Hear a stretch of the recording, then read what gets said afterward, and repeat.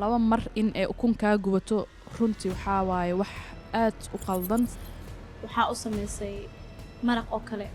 markii loo imaado caraftii ku yareed. ani ahaan waxaa ku siiyey 5 dhibcood. waxaa ku siiyey 3 dhibcood. waxaa ku siiyey 7. waxaa ku siiyey 8 dhibcood.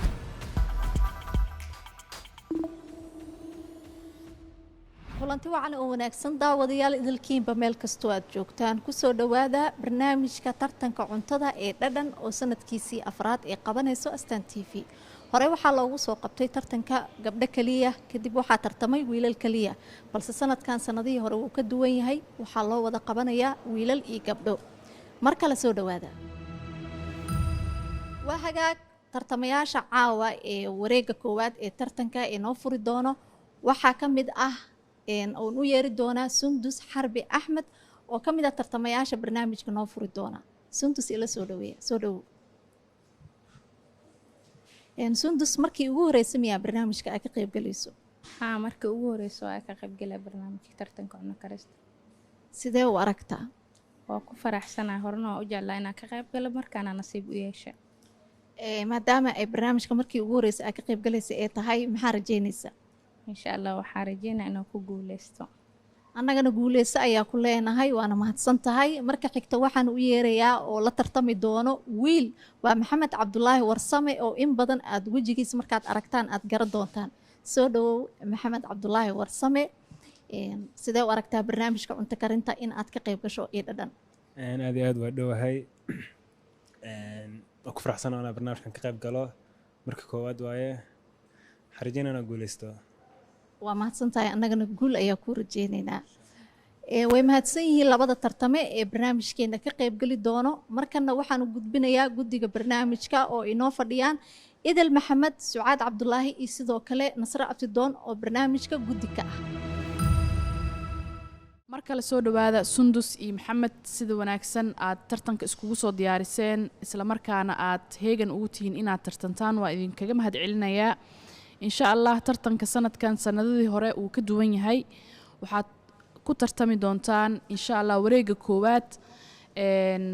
cuntada la idiin sheego ma jiri doonto sida sanadada hore ee wareega koowaad in cunto heblaaya la idin dhaho, laakiin options la idin siiyo. waxaad ku tartami doontaa labadiinaba wareegan quraac. xaq ayaan u leedihiin ama joyceka adika ayaa iska leh, doorashada dhankiina waaye. wixii quraac adika aad taqaanaan ama aad samayn kartaan ayaad noo soo samayn doontaan. insha allah waxaa la idinka qiimeyn doonaa sida cuntada aad u soo bandhigtaan, cuntada dhadhankeeda, nadaafadda iyo sida waqtiga aad u ilaalisaan intaba.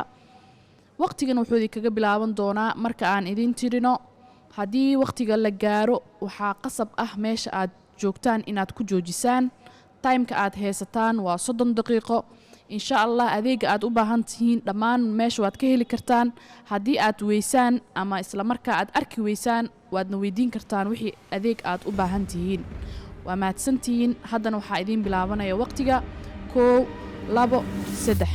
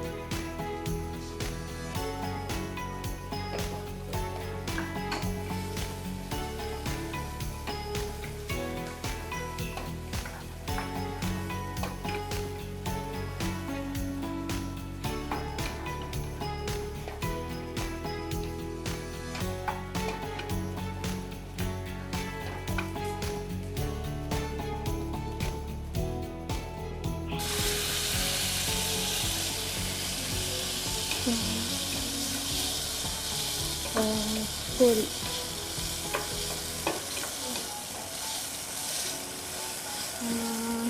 ay omelet hada waqtigiisa okay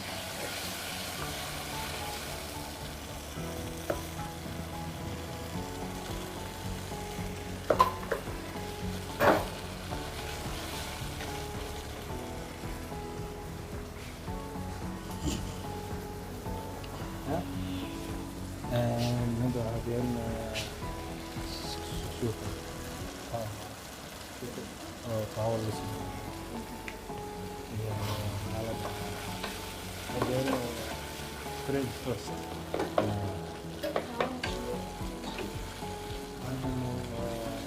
كان نقص ميلة فرق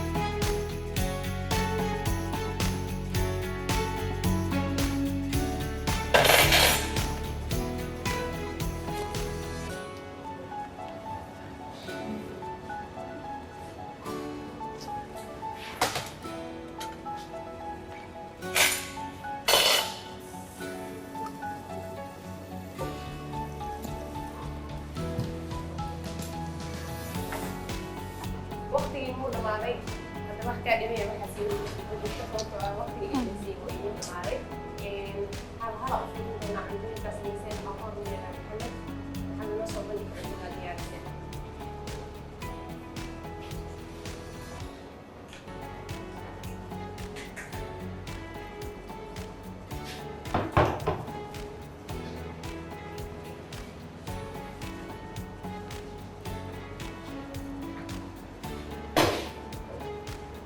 Hawaii eggs with cheese.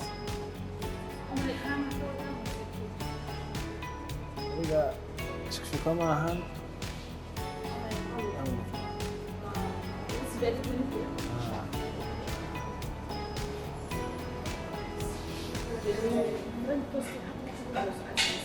It's my first time.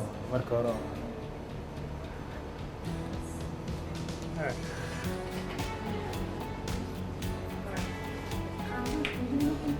Diaro, diaro.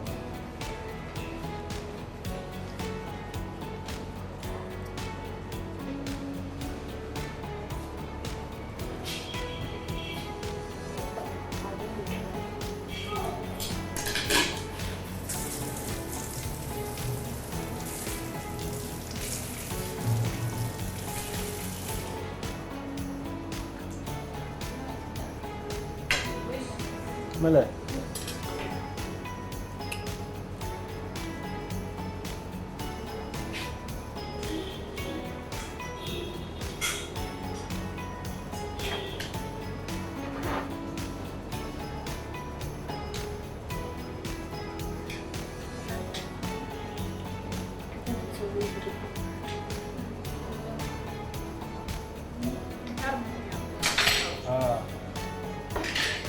caramel iyo malab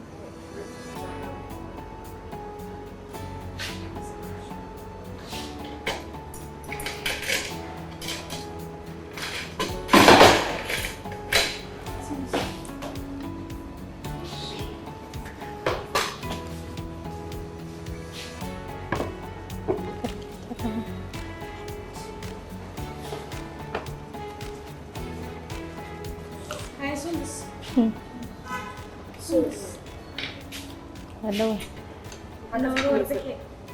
waxaan ka sameeyay omelet oo mushroom iyo filfil paprika isticmaalay iyo barbarooni rootigana waxaan mariyay blue band asaa wax yar gaduudiye kana waxaa waaye malaay iyo digir fuul iyo malaay iyo basal iyo toon iyo kaas basal iyo toon waa leedahay iyo ukun ukunta ku huuriye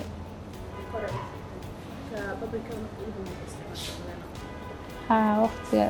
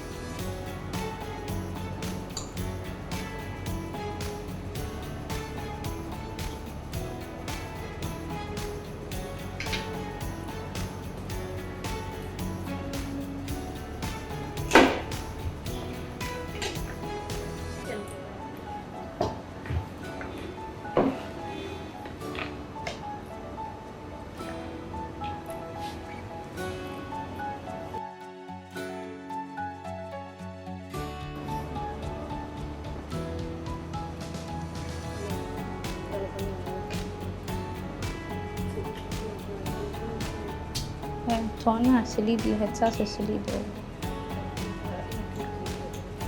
waqtigaa ku orda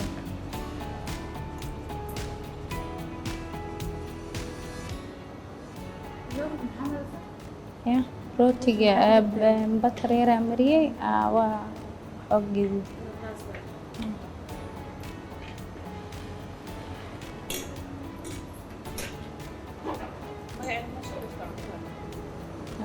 fuul iyo malaay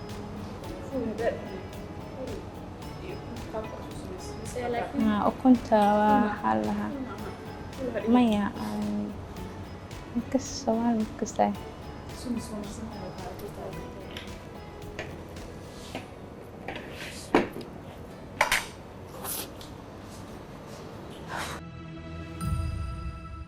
haddana waxaa gudageli doonaa kommentiyada ay bixin doonaan iyo darajada ay idinkala siiyeen guddiga waxaan ku bilaabeynaa marka hore qiimeynta Sundus waa mahadsantihiin maxamed iyo Sundus sida quruxda badan leh waqtiga u ilaaliseen ee aad noogu soo diyaariseen runtii barnaamijkan uu ka duwan yahay barnaamijyada kale waayo waxaa tartamayo rag iyo dumarba waxaan ku faraxsanahay maanta gabar iyo wiilba inay halkan ku tartamayaan marka waxaan ku hormaraan Sundus waa mahadsan tahay laakiin aniga markaa fiiriyay quraacda soo diyaarisay waxaan ka helay fuulka aad u qurux badnaa qaabka u soo diyaarisay laakiin ukunta aad soo diyaarisay maan ka helin because of qaabkay u diyaarsaneed iyo say iskugu dhexyaacsaneen darteed iyo dhadhanka ukunta waxaa kugu siiyey 10 ahayd inaa qaadatid waxaa iga qaadatay 8 dhibcood halka maxamed aan u gudbaa maxamed waxaa noo soo samaysay french toast iyo omelette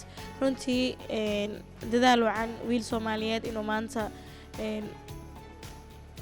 french toast noo soo diyaariyo wax cajiib oo maaragtay dadka adduunka aan la jaan qaadayna waaye maxamed laakiin omelette-kaaga iyo french toastiga adoo laakiin hal quraac samayn karo intaas dadaalay ka ahayd waxaa samaysay 2 quraac ukuntaada aada uga helay testigeeda iyo jiiska qaabka kor ugu samaysay laakiin french toastiga aada u liitay waayo markaa cunaysa ukuntiyaa dareemay dabka inuu saa'id u qaadanina la dareemaa iyo markaa cunto kadib rootiga inuu weli maaragtay xataa qaleel yahay soo aniga saas darteed waxaa ku siiyey meesha 10 iga qaadan lahayd 7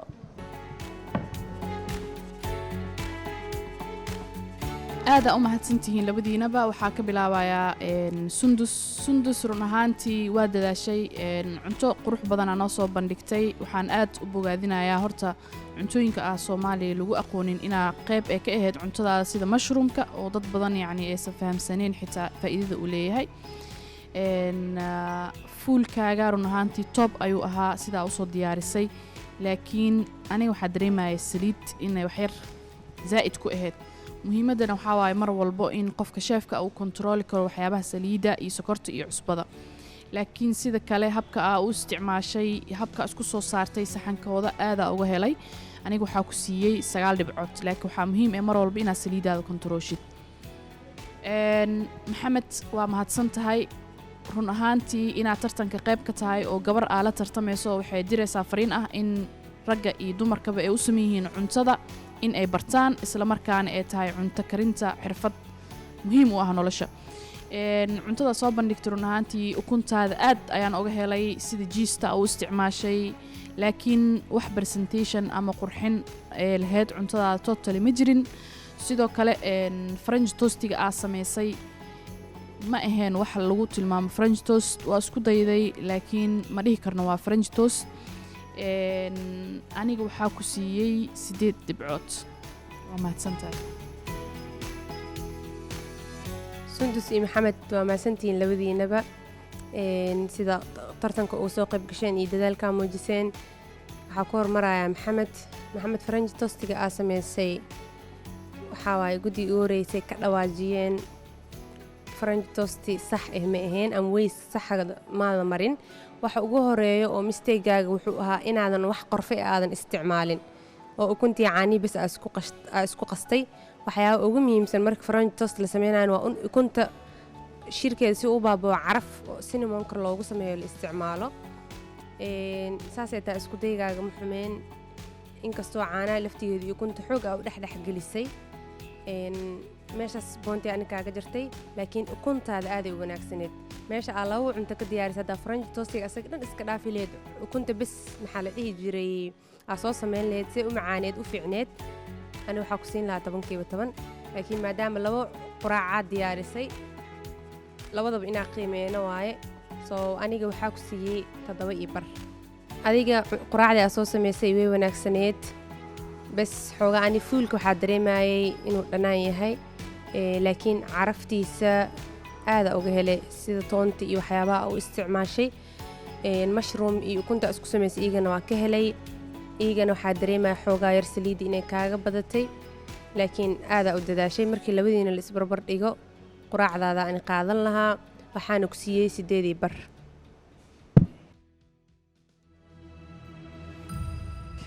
waa mahadsantihiin maxamed iyo sundus labadiinaba haddana waxaa ku dhawaaqeynaa natiijada guddiga ee idinkala siiyeen totally waxaadna kala hesheen maxamed oo helay 22 dhibcood iyo bar halka sundus ay ka heshay 25 iyo bar waxaan halkaas wareegga labaad usoo gudubtay sundus waxaan ku leenahay hambalyo sidoo kale maxamed sida wanaagsan aad u dadaashay isla markaana aad u muujisay kartidaada iyo xirfadaada dhanka cunto karinta waa kaaga mahad celinaynaa waana rajaynaynaa in rag badan oo Soomaaliyeed ay kugu daydaan maadaama Soomaalida ay dhaqan aad u balaaran dhanka cuntada lagu aqoonin in ragga ay cuntada kariyaan waana bogaadinaynaa daawadayaal aad ayaa u mahadsantihiin habeen wanaagsan ramadaan kariim aad iyo aad u wanaagsan mahadsantahay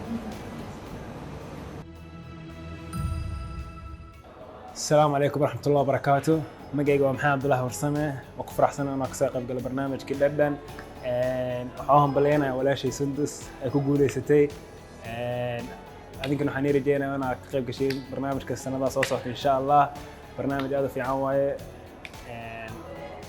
خير نيري جينا يعني. السلام عليكم مقعي سندس حرب أحمد واي وأكو فرحسنها إن وريق لبعض ما انتقصوا بحي aada ugu faraxsanahay waqtiga la isiiyo oo ahay 30 daqiiqo oo isku day inaan laba wax sameeyo waa zaid ayuu igu yaray laakiin waxa isku day inaan ka faa'iideysto waan ka faa'iideystay ma sha Allah halkan waxaa ka dhacay tartan aad u xiiso leh oo ay ku tartamayeen Maxamed Warsame iyo Sundus Xarbi oo markaasi ku tartamayay cunto fudud balse waxay soo bandhigeen dadaal badan waxaana guuleystay oo wareegga labaad u gudbay Sundus Xarbi waxaan leenahay hambalyo dhammaan tiim dhadhan oo isku duuban xalqada ku xigtay intaan ku kulmeeno sidaas iyo nabadgelyo